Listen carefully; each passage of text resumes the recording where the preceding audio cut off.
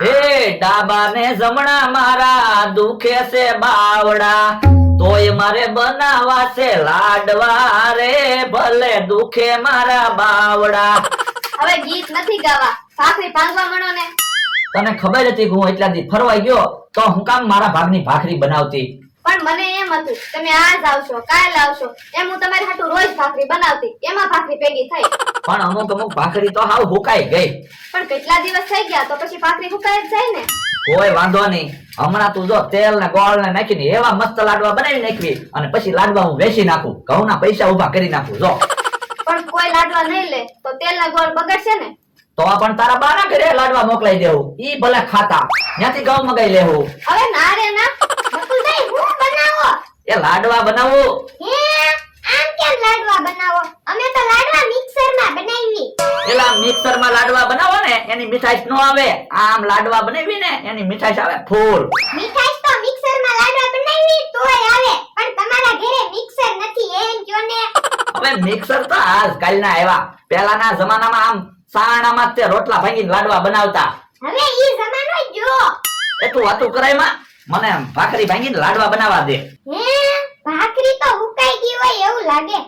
એ અમારે ખાતા વધે ને, ઈ ભાખરીના બટકા એમી નાખી નો દેવી, 10-15 દી ભેગા થવા દેવી, પછી આમ લાડવા બનાવી નાખવી. તો પણ ભાખરી ભેગી હું કરો? કુતરાને દઈ દેતા હોય તો. બટા પેલી ભાખરી અમે કુતરા હાટુ જ બનાવી, પછી અમે હાટુ ભાખરી બનાવી. આ તો હું વધે ને, ઈ ભાખરી એમી હાસેવી પછી લાડવા બનાવી. તો ઠીક. તારે હુકાઈ ગયેલી ભાખરીના લાડવા ખવાય તો બે હમણાં બની જ જાહે. હા હા લાડવા તો ખાવાના જ છે.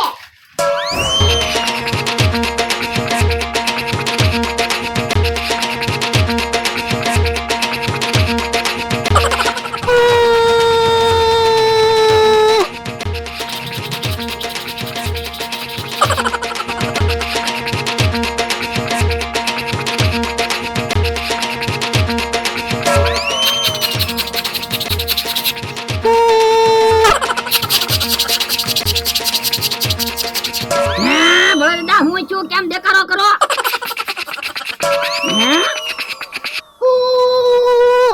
ઉભા રહ્યો, હું છું ઈ તો કયો. અલા રસ્તામાં હું ઊભો, ભાગતો ના રેલગાડી આવે ઈ. ક્યાં છે રેલગાડી? જો બોલો, ક્યાંક ભોળા દાદાના મગજમાં રેલગાડી નહીં ગડી ગઈ હોય ને? કેમ ઈ રેલગાડી હાલતી હોય એમ કરે? ઉભા રહ્યો, આપણે વાડીએ સેવી, અહીંયા રેલગાડી નથી. બાપા એલા તને ના તો પાડી, રસ્તામાં ન ઉભો રહેતો, રેલગાડી અહીંયા ભટકાય. પણ અહીંયા રેલગાડી જ નથી. હે પાક્કું ભોળા દાદાના મગજમાં રેલગાડી જ ગડી ગઈ. પણ રેલગાડીમાં તો હું બેઠો છો, મારા મગજમાં તો કાંઈ રેલગાડી ન ગડી. હે એનો મતલબ એમ થાય કે ભોળા દાદાના મગજ કરતા મારું મગજ સારું કામ કરે. ઉભા રહ્યો, થાકી જાઓ, બેસી જાઓ, અહીંયા રેલગાડી નથી એમ કહો. એટલે તને ના તો પાડી, રસ્તામાં હું કામ ઉભો રે? ભોળા દાદા ફરવા ન આવ્યો હોત ને તો સારું હતું. રેલગાડી નક્કી મગજમાં ગડી ગઈ છે. ઉભા રહ્યો એમ કહો, થાકી જાઓ અને ગાંડા થઈ જાઓ. એટલે એક બાજુ ઉભો રહે ને. જો બોલો, ભોળા દાદા ગાંડા નો થઈ જાય તો હારું, નકર કેમ હારા કરશું? હવે કેમ એકલો ઉભો? ભોળા દાદા ક્યાં ગયા? આમ ભોળા દાદા ને જોવો ને, એના મગજમાં રેલગાડી ગડી ગઈ. હવે ખોટું હું બોલે, કાનમાં કીડી નો રે તો મગજમાં રેલગાડી તો કેમ રે? એ હું એમ નથી કેતો. તો એ આપણે બધા ફરવા ગયા હતા, ત્યાં રેલગાડીમાં બેઠા હતા. હા રેલગાડીમાં તમને મેં બેહાડ્યા હતા ને, એ એટલે ભોળા દાદાના મગજમાં રેલગાડી ગડી ગઈ. હાલો સ્ટેશન આવી ગયું, પેસેન્જર ઉતરો. જોવો આમ કરે હવાના. હા શું કરું? હાલો પેસેન્જર બેસી જા તો રેલગાડી ઉપડે છે. ક્યારું નો હું ભોળા દાદાને ઉભા રાખું, પણ ઉભા જ ના રહેતા. મમરાભાઈ કાક વિચારો ને. હે લાલ કપડું પડ્યું? લાલ કપડું શું કરવું? ઓલી રેલગાડીમાં કેમ લાલ ઝંડી દેખાડે એટલે રેલગાડી ઊભી રહે, એમ આપણે ભોળા દાદા લાલ કપડું બતાવી ને એટલે ભોળા દાદા ઉભા રહી જાય. પણ તમે જોવો તો ખરા, મેં લાલ ટી-શર્ટ પહેર્યું, તમે લાલ શર્ટ પહેર્યો, તોય ઊભા તો ના રહેતા. હે તો કાક વિચારવું પડશે હો. એટલે તો કહું કાક વિચારો ને ભોળા દાદા એ કઈ ખાધું ના એક કામ કર હોટી લેતા જા હા હોટે શું કરવી અરે આપણે રેલગાડી નું ફાટેક બનાવી એટલે રેલગાડી ઊભી રહી જાય એ હારું તમે જો હમણાં રેલગાડી ઊભી રહી જાય કે નહીં યો યો હા બોટી પકડો આમ રેલગાડી આવી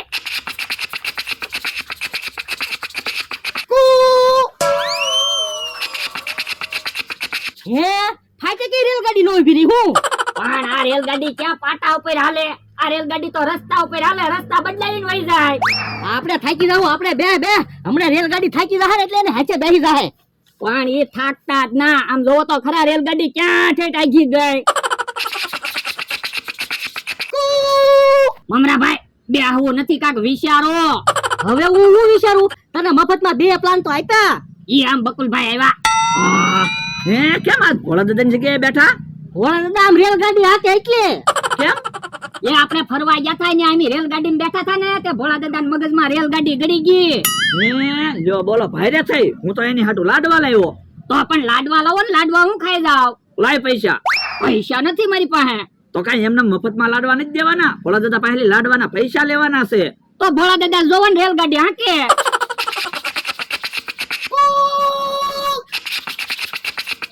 જોવો લ્યો બકુલભાઈ આમ છે બોલો લ્યો આ તો અઘરી મેટર છે હું તો હું બકુલભાઈ મેં 2 પ્લાન આપ્યા ને તોય ફેલ ગયા ને હે રેલગાડી તો પાછી આવી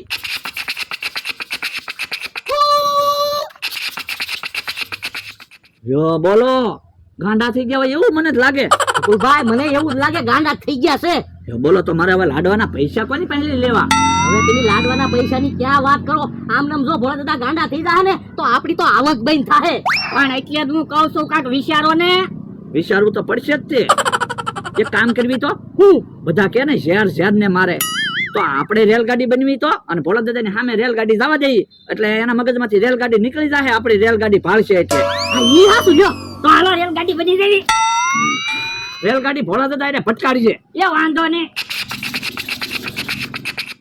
હાલો ટેહા કાકા આપણે ફરવા જતા એનો હિસાબ તો સમજી લેવી આ તે હું ક્યાં ના પડું બોલને કેટલો ખર્ચો છો 7070 રૂપિયા થયા 3535 રૂપિયા તમારે મને દેવાના કેમ આટલો બધો ખર્ચો શાનો છો આટલો ખર્ચો તો થાય જ છે ને 5500 રૂપિયા રૂમ ભાડું 1000 રૂપિયા રેલગાડીમાં બેહવાના 500 રૂપિયા હાંડિયા ઉપર બેહવાના તો 70 રૂપિયા શાના ગણાવ્યા ઈ આપણે 7 વખત ચા પીધી છે ને એ બાપા 7 વખત ચા આપણે પીધી જ ના હવે આપણે 3 દિવસ ફર્યા તો 7 વખત ચા પીધી જ હોય ને ના રે ના આપણે 7 વખત ચા તો પીધી જ ના તો જો આમ ડોહ આવે અને પૂછી જો આપણે કેટલી વખત ચા પીધી હા તે વાંધો નહીં હાલો સ્ટેશન આવી ગયું પેસેન્જર ઉતરો એ ભોળા આપણે ફરવા ગયા ને આપણે 7 વખત ચા પીધી હતી હાલો પેસેન્જર બેહી ગયા તો રેલગાડી ઉપડે છે જોવો ખર્ચો કરીને ડોહો ગાંડો થઈ ગયો લાગે આ ઈ હાસો તારું તો લાવો પૈસા પણ આપણે 7 વખત ચા પીધી જ ના એમ કહો તો પણ જો બકુલભાઈ નહીં આવે ને પૂછી જોવો આ તે આવા દે ને પૂછી જો હે લાઈન પર ભોળા દાદાની આવ્યા હતા ઈ આમ રેલગાડી ગઈ હાલો હાલો તો હબ રેલગાડી જવા દેવી ઉભા રહો આપણે ફરવા જા ને 7 વખત ચા પીધી હતી હવે ઈ વાત જવા જો નકર હમણાં ભોળા દાદા ક્યાંક વયા જાહે હાલ તો રેલગાડી જવા દે પણ ઉભા તો રહો યો બોલો જવાબ એનો દેતા ગયા યહા કાકા તમે મને ખર્ચાના પૈસા આપી જો નકર જો ખર્ચો મારા મગજમાં ગડી જાય ને તો હું ગાંડો થઈ જાય તું ગાંડો નહીં થાય તું મારી પાસેથી વધારે પૈસા લઈ જાય ને તો હું ગાંડો થઈ જાય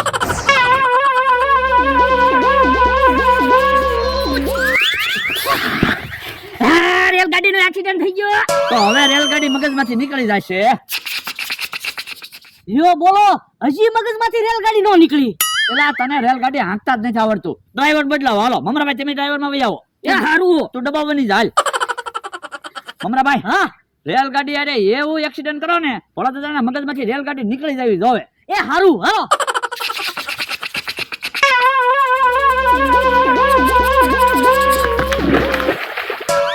હે ભોળા દાદા પાણીમાં પીડ્યા હા તો હવે ભોળા દાદા મગજમાંથી રેલગાડી નીકળી જાહે એ પાણી કેટલું બધું પાણી છે હું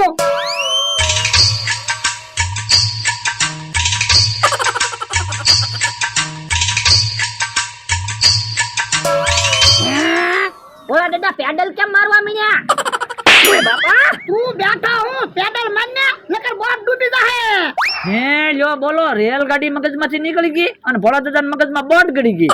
હે તો ભોળા દાદા મગજમાંથી હવે બોટ કેમ કાઢશું? એક કામ કરવી, આપણે બધાય બોટ બની જાવી એટલે ભોળા દાદા મગજમાંથી બોટ નીકળી જાહે. હે